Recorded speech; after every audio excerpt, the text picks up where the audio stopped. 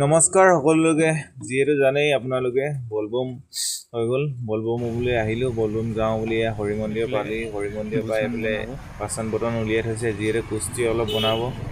আমি যিহেতু বলবম যোৱাৰ আগত আৰু বেছি দূৰলৈ নাযাওঁ বাৰু ওচৰতে কুমতীয়ালৈ যাম আৰু এয়া মন্দিৰ ভাগি মৰমী মন্দিৰ পৰা যাব ওলাইছে এয়া কুস্তি বনা আৰম্ভ কৰি দিলে আমাৰ মাধৱ দাই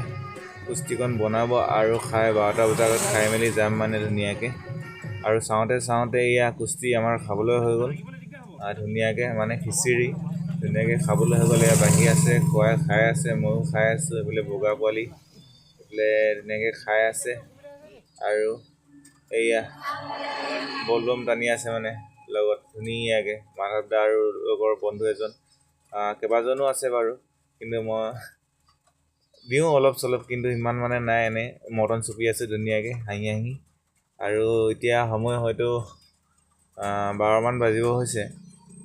ধুনীয়াকৈ বহি আছোঁ যিহেতু লতা লৈ লৈছোঁ পানী আনিবৰ বাবে লিংগত ঢালিবৰ বাবে এয়া লিংগৰ কামবিলাক সকলোখিনি কৰি আছে ধুনীয়াকৈ আমাৰ প্ৰভুৱে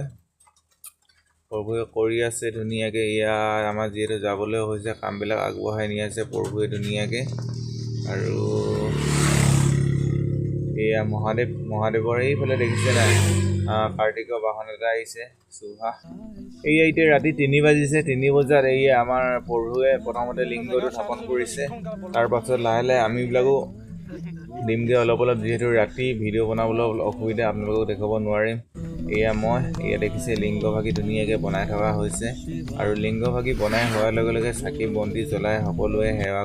কৰি লিংগত পানী ঢালি ধুনীয়াকৈ আকৌ মানে য'ৰ পৰা আহিছিলোঁ তালৈ লিংগলৈ পানী ঢালিব লৈ যাম এয়া মন্দিৰ পালোহি মন্দিৰ পাই